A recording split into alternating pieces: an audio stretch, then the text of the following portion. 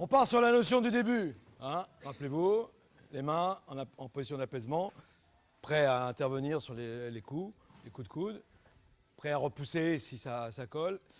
T'as des protégés bien? Ouais. Alors, tout ce qui est ligne en dessous de la ceinture. On ne va pas mettre les bras, on va travailler avec les jambes. On a des chaussures, on essaye un maximum de bloquer avec les chaussures. Encore une fois, il faut que je sois disponible de la jambe avant. Si je suis en appui sur la jambe avant, quand il va attaquer ma jambe avant, le temps que je fasse un transfert, le coup de pied il est passé. Donc ma jambe avant doit être disponible. À partir de là, quand il déclenche, je vais toujours diriger la semelle vers le coup de pied qui arrive. Alors là, il travaille jambe arrière, il peut travailler jambe avant, ce sera pareil. Pour moi, le principe, c'est toujours avec la semelle. Quand ça vient un petit peu plus haut, j'anticipe, après je travaille avec les genoux. Okay. Encore une fois, dans mon idée, là en salle, on essaye simplement d'amortir. Dans l'idée, quand la jambe, elle part, je viens attaquer la jambe. D'accord?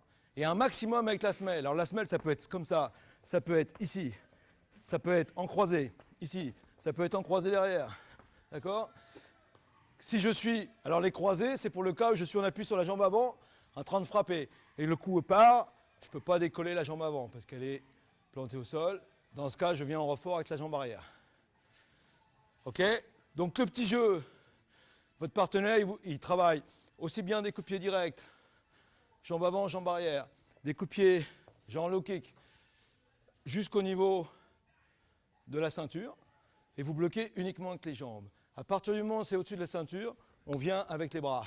C'est-à-dire qu'on va bloquer, on ferme les poings, bras au corps, avant-bras sur bras, bras au corps.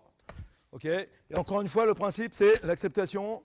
Allez, vas-y Olivier, c'est un plaisir. Ah, tu frappais plus fort avant. Aïe. Ah. D'accord? Donc, après, le principe, non seulement le blocage, mais on essaye de se mettre en position après pour toucher en même temps. C'est-à-dire qu'au moment où il touche, je dois être capable de, moi aussi, de toucher. Ok? Et après, là-dessus, on travaille. Il a une jambe en l'air, donc il y a une jambe en appui. À partir du moment où il y a une jambe en appui, c'est sur cette jambe que je vais travailler. Et vous aussi, bien sûr, les frappes génitales. Dès qu'il lève une jambe, on frappe en dessous. Ce qui arrive souvent en boxe française sans le vouloir, là, on le fait exprès. Il n'y a pas besoin de regarder où vous frappez, vous devez savoir où ça se trouve. Vous devez être télécommandé, vous avez un pied télécommandé. Et normalement, quand le nez s'allume, c'est que vous avez touché. C'est parti! Il y a du boulot!